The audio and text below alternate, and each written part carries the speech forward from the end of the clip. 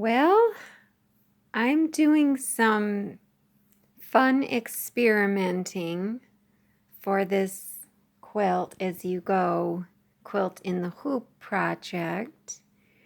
And before I get to this table, let me just show you what I've done on the quilt so far. I've quilted most of the horizontal rows as far as I can go. This row and then the opposite row.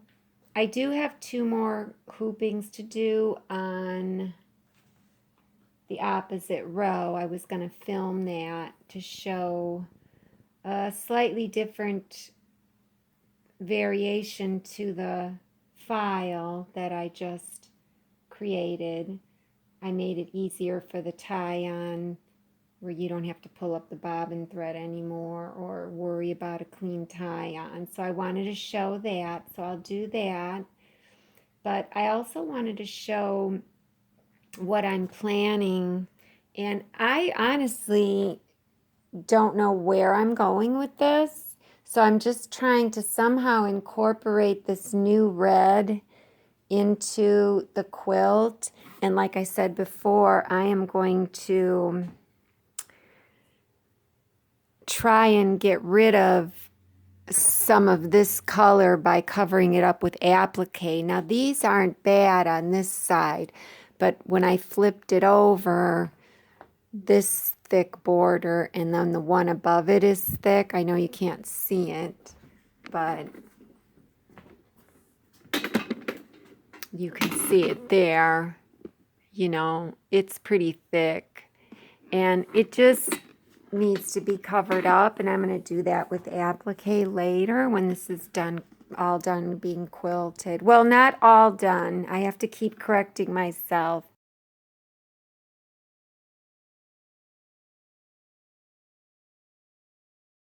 If I'm going to do applique on this edge, I have to be shoving, you know, this up into the arm of my machine. And remember, I didn't want to shove more than 24 inches up into the machine.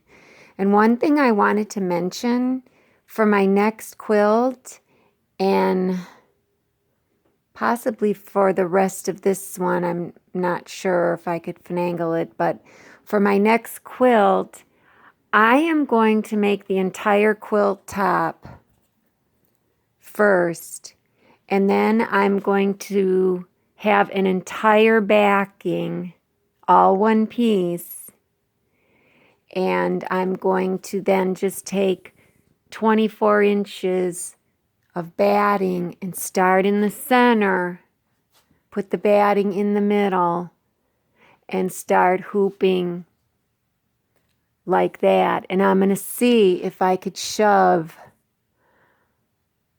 quilt top and backing only, because I won't have the batting. The batting will just be 24 inches really. But I'm going to see if I can shove it all. It would be, if it's a 90-inch tall quilt, it would be, you know, 45 inches of cotton, shoving that up into the machine. And I figure since I can shove 24 inches of batting and top and backing, then I could probably shove 45 inches of just top and backing up into the machine. Now that's the long ways. I could, you know, do my quilt the other way and feed it this way. So if I'm making a twin size quilt, it would only be 72 inches, so it would be 36 inches of just top and backing shoved into the quilt. So I just wanted to mention that for next time.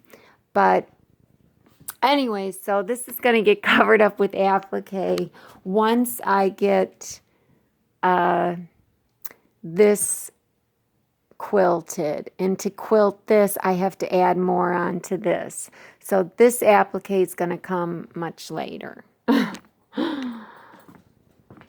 And I don't even know what I'm going to put on. But here, I figure I'll just add on to here and get this going. And now I could add it on to the other side. I could add this strip onto the other side. But I don't know. I think, let me see. Because then I could do my applique that much quicker. I could. I have enough backing to add it and then quilt. I think I have enough. I have 12 inches. Oh, maybe I put it on the wrong side. I don't know. I'm so silly. So maybe I will put this on the other side. Now to make this, I just took all my scraps and sewed them together. These are like 2-inch scraps and whatever, and trimmed them. And I added this strip on to make it long enough to fit the sides of my quilt. And then I just added the red on. And to make everything straight, I did use this ruler, and I do plan on getting a 4-foot, just not an L, but just a 4-foot yellow steel ruler. But I use that to line up my edges or my seam lines and so on, so that this would be straight, because, you know, it's hard to get a long strip like this to not be wavy. So I first pressed all my seams open, and then I trimmed it straight, and then I sewed it to this strip. And even while I was pressing this red strip, I used the ruler to line this up against it. And when your strip is wavy, you just squirt it with water or spray sizing or what have you in those areas, and then you just push it up against the ruler and then press. But I'll show that at some point. So this is this strip. So I'm going to go take it over there, because maybe that is what I was thinking. I get so sidetracked sometimes. So I guess because I don't want to have this up against these flying geese, I wanted to have a strip, you know, something that's easy to piece up against all of these seams. So I think this is how I was going to have it.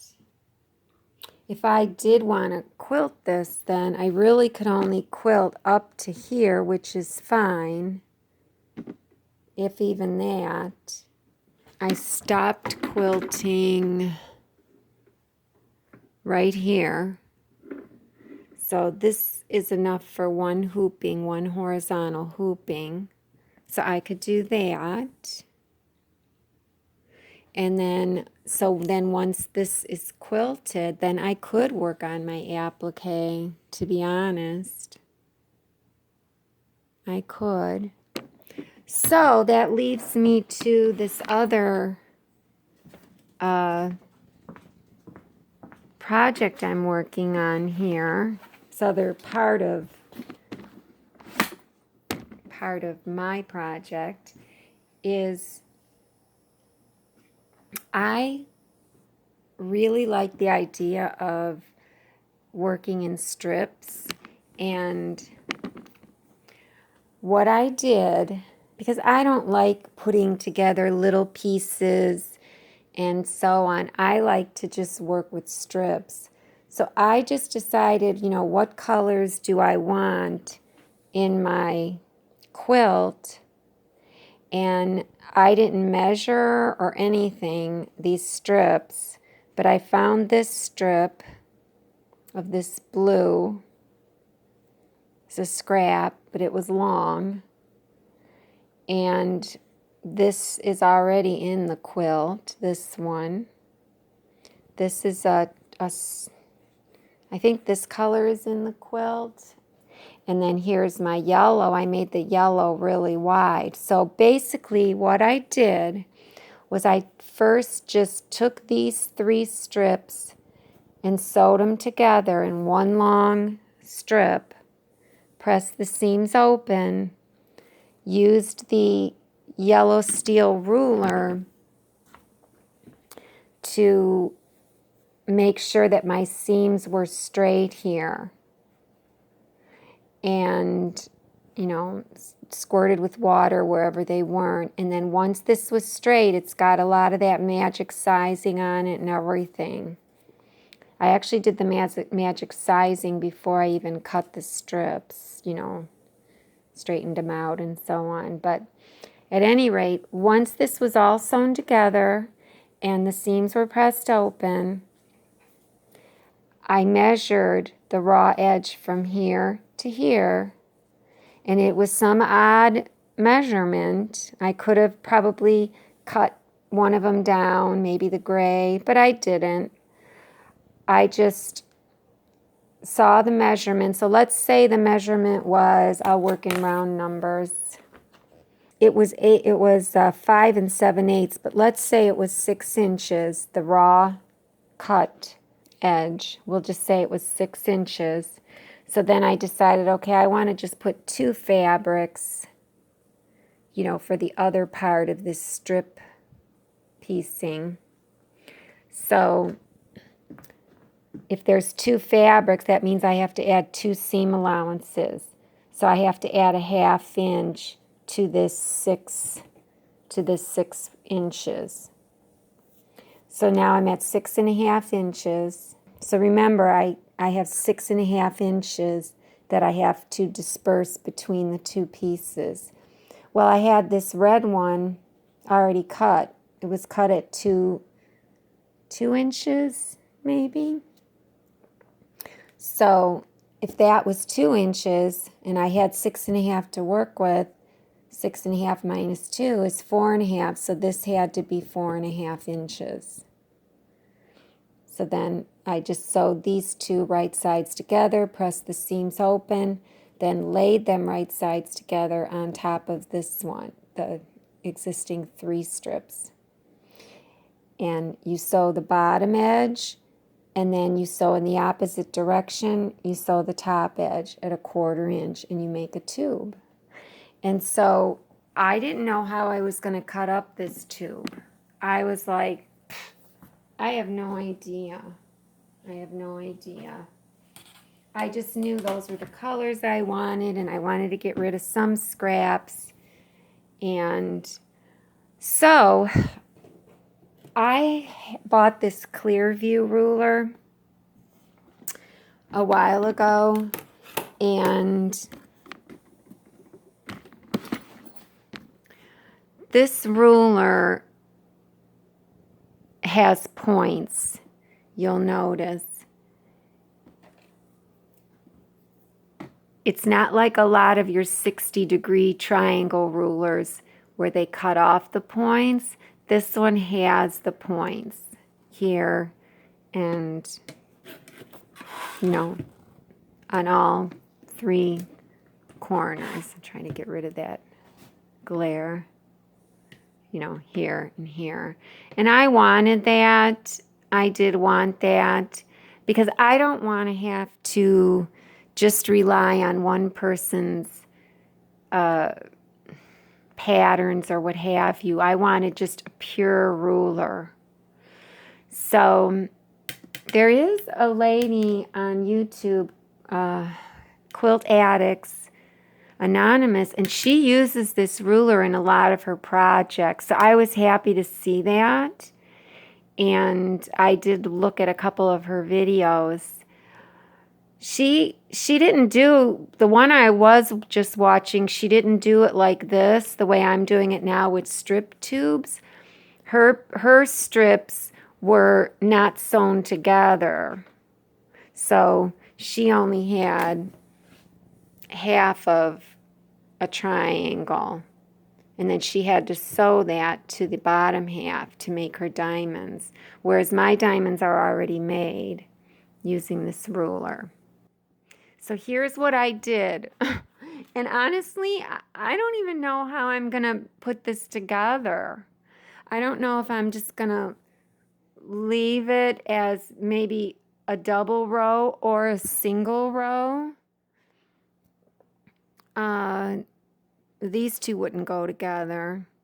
So I'd have to put another one in between or what have you. But at any rate, you know, if I did just like 2 rows, then I'd have to fill these in with just triangles, which is fine. I could just use these if I had enough of these. I don't even think I have enough. I might have to fill in here to get the whole length. I'm sure I have to fill in to get the whole length if I use a double row. Now, if I use a single row and just fill in with triangles, then I'm sure I'll have plenty for the width of my blanket. My blanket is about 60 inches. I think I will. I don't know. But if I did something like this and, you know, and then filled these in with just triangles, which means I could just use this ruler on a strip to make the triangles in here. So I could do that, and so I'd have to get setting triangles up here as well. So anyways, this is how I'm making these diamonds. The first thing I did, and I know you probably can't tell from this because, say this was the end. So the first thing you do is you have to cut off the end. So you just put your triangle up. Pretend like there's fabric here. We'll just pretend like that was like that. So you put your triangle on and you make the tip of the triangle be with the raw edge. But for me, I decided to make the 1/4 inch mark of the triangle match my seam line. I just figured it would be more accurate. It doesn't matter either way, but if you want to put it on the seam line, then you are more accurate. And you were supposed to have left at least a 1/2 inch down here between the edge of the ruler and the fabric. Well, I already trimmed the fabric, but just pretend like this fabric was, you know, bigger, wider. So you leave about a 1/2 inch down here, and then later on you trim it to be a 1/4 inch. You can see there's a 1/4 inch there. And then this is supposed to be like for your sides, but you wouldn't have this seam line here. So for these 2 pieces to be the ends of your row, you have to take the stitching out of this top because one of them will go right there, and of course you'd use a different color. Now I know those don't match, but so one would be there, and you wouldn't have, you know, this would be removed, the seams, stitching, and then this one would be up here, and so you'd have your straight edge there for that row. And then the other end of the row, I'll have another one of these pieces when I'm done cutting these strips. So I'm just going to leave them like this until I'm done. So what I did was I made sure I had a 1/2 inch down here. I cut this off, put it aside, but then I have to cut this side, and I'm a lefty. So I took a ruler, slanted it a little, pushed it down, put my weight on it, moved this away, and then I was able to cut. And then so this one got cut. So then you spin your ruler and you line up this edge with this edge here. But it's hard to line up the edge of a ruler with the edge of the fabric. So I take this thick ruler. It's like a long arm quilting ruler. It's thicker than your regular rulers. And I just put that up against the side. And even if I remove this ruler, you can still kind of slant this and butt it up against that edge and then push it down, or just push your fabric up against it, you know. And then I took this ruler that I twirled, you know, it was like this, then I twirl it. And now this point is at the edge of the fabric, but more importantly, my 1/4 inch is at my seams.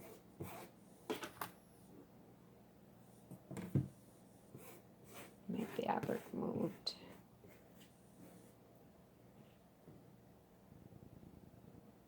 I have sandpaper or whatever on the bottom. So, and then I'll just hold this and again slant this.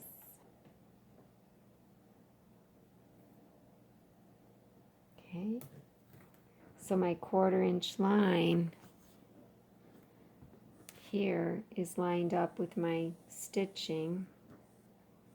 And then I put a piece of blue tape here where my other stitching should fall, and I kind of made sure that, you know, one of these dotted lines always looks like it's falling the same,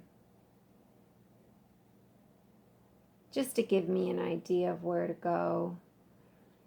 Some people put these tapes on the bottom and then they hook the fabric, but if your seam is not exact all the time, you don't really want to hook the fabric. You just want to follow your stitching.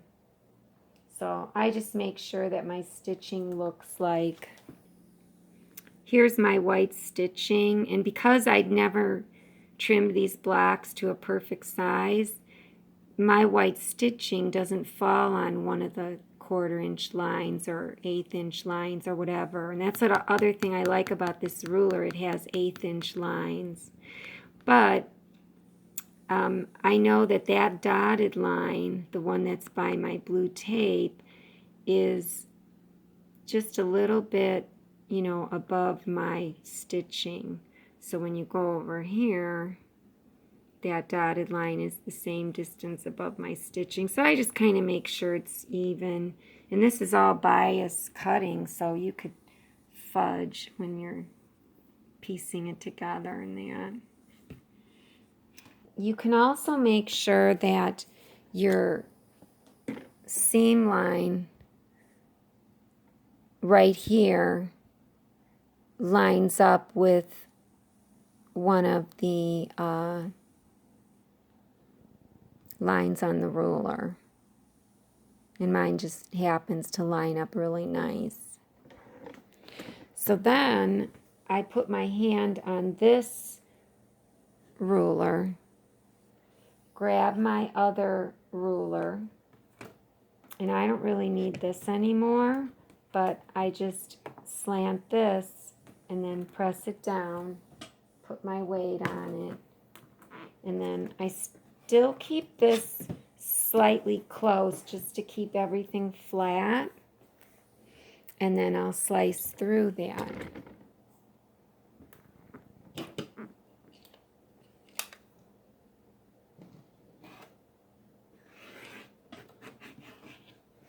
Okay.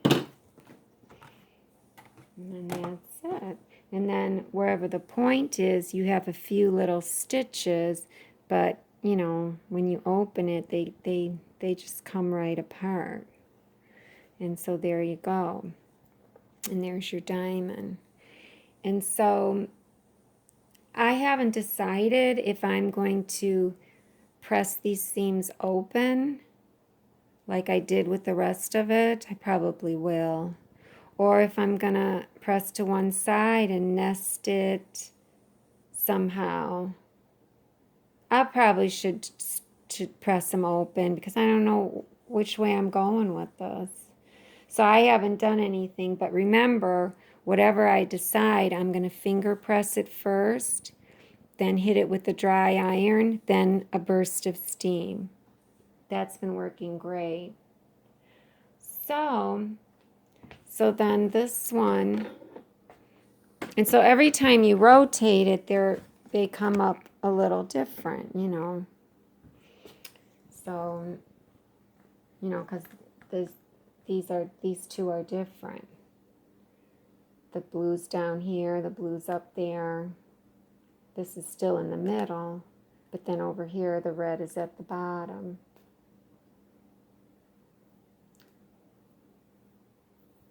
And the red is never big because it's a 2.5 or 2 inch, or was 2.5 inches. So that's what I'm doing. So, where is that gonna go? I don't know. Do I have the same fabric to repeat that for both ends of the quilt? Yeah, I think I do. I don't have this anymore though. But I could get something similar. I do have a similar blue that I could put in there. Or I can make a whole different set and substitute these every other one with a slightly different variation. Maybe I won't use as much yellow, or I don't know. I don't know where I'm going with this. Getting back to this. See, what I was gonna do was just like piece a whole row of blocks onto this strip before I stitched it into the quilt, because it'd be so easy to just work with this and a row of blocks or 2 rows of blocks and then stitch that entire couple rows to the quilt top. Because like I said, I am kind of leaning towards that technique of having an entirely pieced quilt top and an entire backing, and then only adding batting as I go. And I think I'm going to experiment with my multi-needle machine. Grab 2 bed sheets, you know, 2 twin bed sheets, and try and shove 45 inches up into the arm of the machine and see how it goes. I tried shoving 36 inches of batting, backing, and top, and it was doable, but I didn't like it. It was too much. I can't even remember how much I have to add to this to get it to be like 90 inches. I don't have to go 90, but we'll see. I have 1, 2, 3, 4, 5. And I have just enough to make that other corner piece. That's good. So I have 5 more. And 5 of these. I'm just winging it as I go. It's so funny. And you know, you can make these into, I mean, they don't have to be diamonds set on point. You could make them into like like that, parallelograms. And I could just make a row like that. That would be so pretty too. Now there's no setting triangles in that one. And that right there is 40. I guess it'll still work if I can get 5 more out of here. Well, I mean, there's going to be triangles at the ends. An actual triangle like that. Well, they're all triangles, but, you know, it would be like that, which is fine. And if I just did one row like that, I kind of like that. 5 of these. 1, 2, 3, 4, 5 of these measures 28, the same as it did with the diamonds. Duh, it would, because of the overlap, and you know, here's your diamond there. My yellows are all at the bottom and my other ones are at the top. So I could make another row and not have yellow in it, have a different color, and maybe not make it just this thick. But that lends itself to an applique that I can put on later if I wanted. So this is really something. I don't know what I want to do. I just don't know. I don't know. This would be easy. I mean, to be honest, wouldn't be that hard. It is kind of cute. It would break up the quilt. And then that would be a setting triangle, a real triangle that I would make with the Clearview.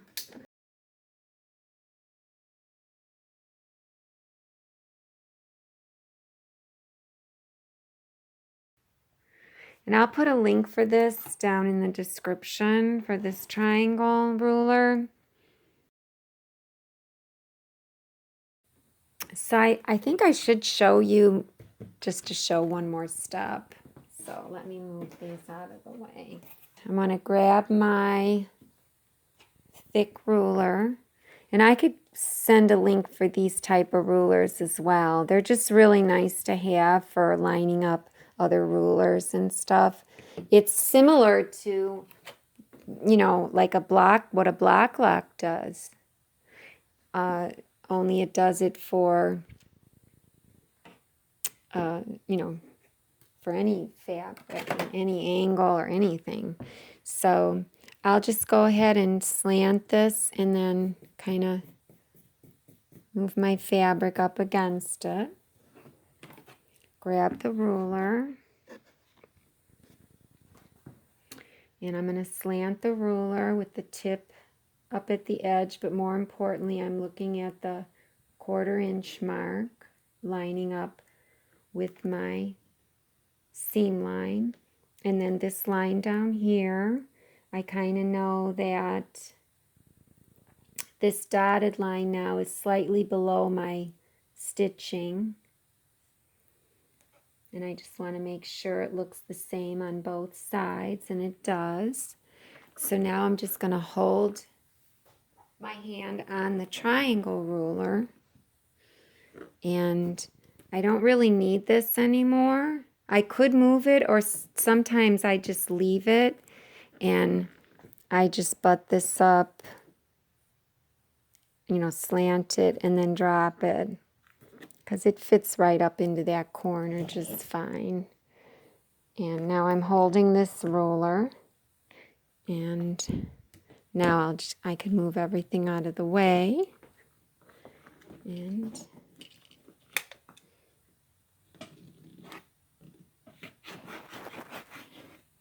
I always go inch by inch. I'm not like those people that just zoom through. Okay, so then that one's done. And then again, just comes apart. And then there's that one. And while this is all on, I can just butt this up against it. And then lift this up. Move this out of the way. Now my ruler was like this. Flip it. I got the camera in my way. I slant this. I'm looking at the tip down at the bottom. Can't really see my stitching. And then I'll put it down. I think I'm good. I think I need to slant it up and move it up again. So every time I move it, I slant it up. I have sandpaper with double-sided tape here, here, here, here, and here. Looking at this line, it looks good. So now I'm just going to put my hand on here, take my ruler, slant it, slide it down, and drop it. Now my hand is on here. The camera's in my way. Okay.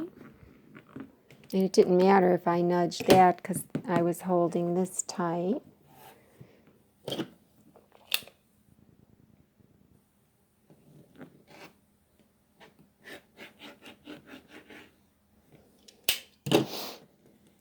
Okay.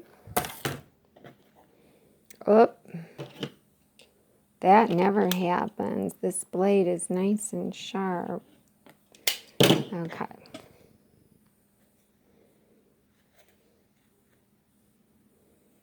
Okay. There's that one. And on we go. And so now this is slanted this way. And I apologize for being left-handed. I know it's weird for... Imagine how I feel when I have to watch all those people, all the righties. It's a nightmare. Okay. And this was like this. And I'll turn it. And this is nice and heavy, and I love the handle. It says Hartley on it, so I'm looking at the tip and the 1/4 inch mark, more importantly. Having it slanted. Boy, I'm all thumbs on this one. Because I think it's easier if you hold it more towards the end, it seems. Oh, I moved it. And you know, it might be a good idea to put it down, check your line down here. And it might be a good idea to pull this away and make sure that you're still lined up pretty good. And it looks like I am. So now I'll come and take this, slant it and lay it down. My hand on there.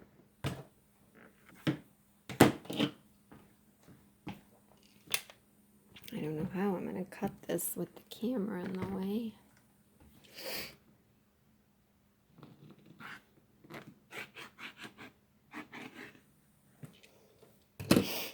And I'm kind of going to like push it up against here as I'm sliding it.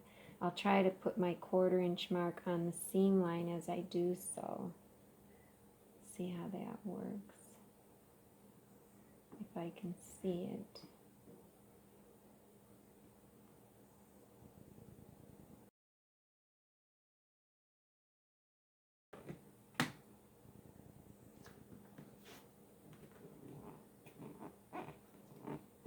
Put my finger up here and pivot it a hair. That's better. Yeah, I don't know if it was stretched or what, you know, because you're dealing with bias seams. Put my hand on here.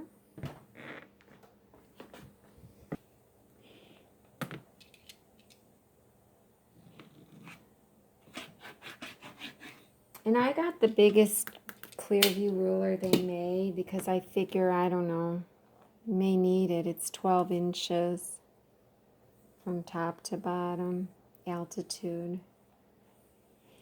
Okay. So then this one I'll trim. So I'll put this one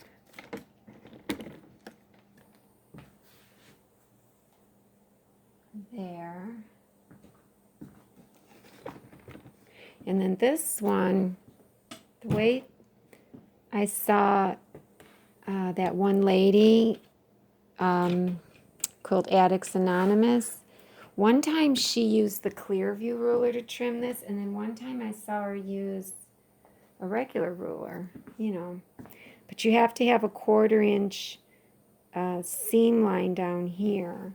So if you were going to use the Clearview ruler, and again, I'm a lefty, so this is going to be all goofed up for people. But she took the base of it. For a righty, if I lined up this center seam with this center seam, and then lined up this 1/4 inch line with the tip here. So I'm lining up this with this seam, this center line with this seam, and then this 1/4 inch line with the tip of the fabric. Then as a righty, you'd cut right here, and that would give you that 1/4 inch. So I am lining it up with the tip of the fabric,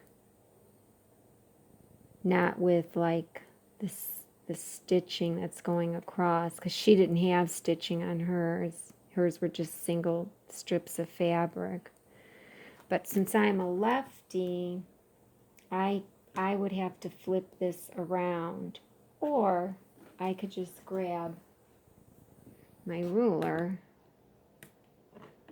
you know. And the same thing was, I was cutting all of these as I was using my ruler, but a righty wouldn't have had to. They would have just been able to cut. But your very first strip that you cut off, you'd have to have flipped the other way, and then you'd flip it back and then cut like a righty.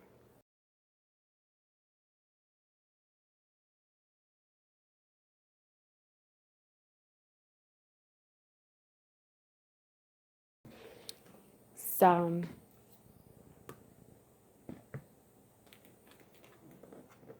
because I like to use all my rulers.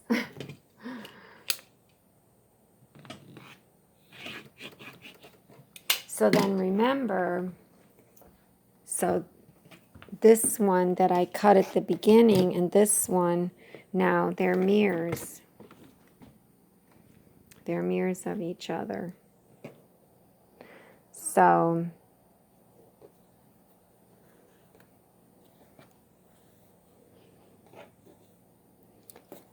if I were to do this in 2 rows, you know, how would I do it? Well, let me think. If these were cut apart and this one were here, here's the thing, am I making double rows or am I making single rows? I thought I was going to make single rows. If I make double rows, then, you know, you could just put a setting triangle here and slice that up if you wanted. I mean, it would work. I don't know if I ever showed this, but These were just a bunch of blocks I started with Oklaroots block party, and I never finished it. I got sidetracked.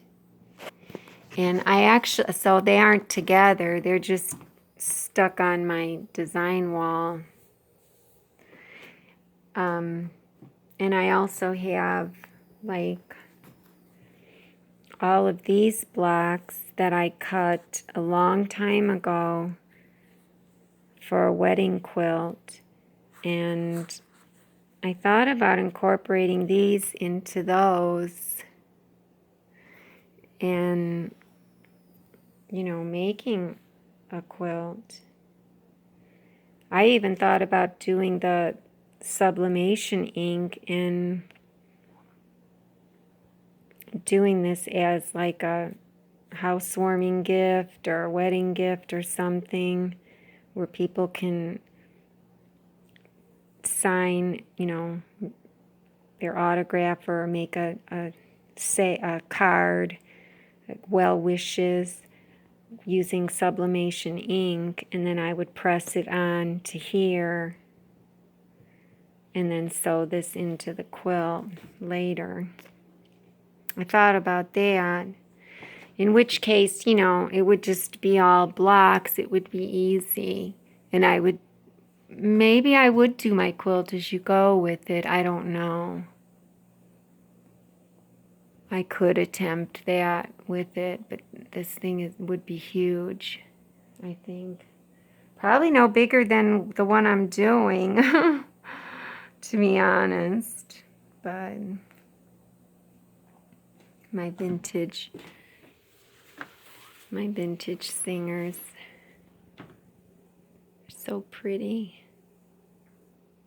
That's my first one. That was my first one. 66. And I have my grandma's 66 red eye, but then this is a 66 made in 49 or 36. This is my 1591. This is the second one I got. And it still has the potted motor. So this is my 1591. This thing is a workhorse. This is the gift to my mother up in heaven. This is a touch and swear, but it's the one with the steel gears. So it's the good one.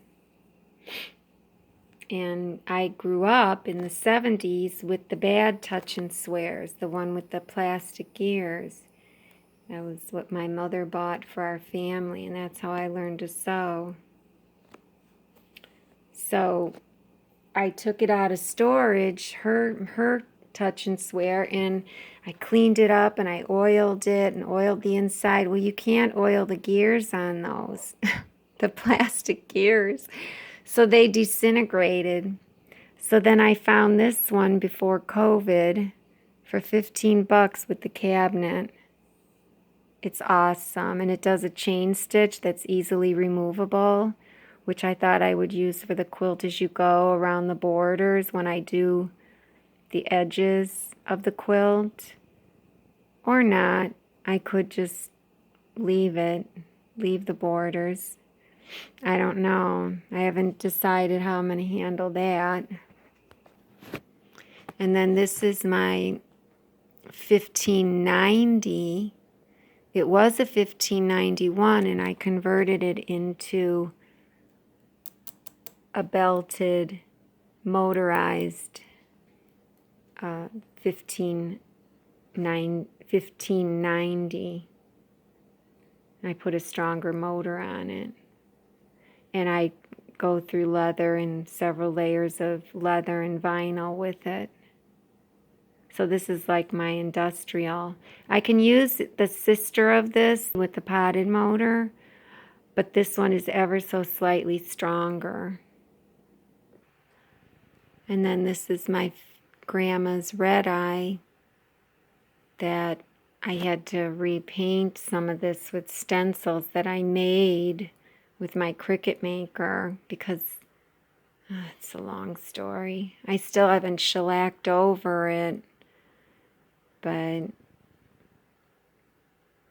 that's the woman who taught me to sew and cook and how to swear in Italian, even though she was not Italian. She grew up with the Italians and married one. Best woman in the world, best man in the world. Anyways, I'm getting nostalgic now. I made this poem for them on Christmas, and they used to have this in their bedroom on their dresser.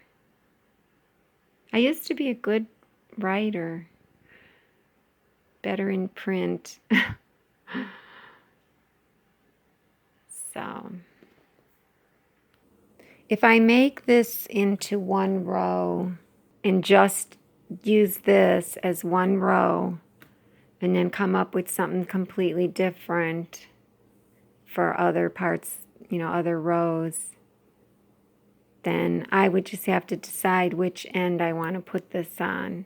So if I did one row, then these would all be, like this, and I'd have to cut setting triangles, which is fine. In which case, I don't know if I have to press the seams open or not. I just don't know yet. All right, guys. Till next time. Thanks a lot. Bye.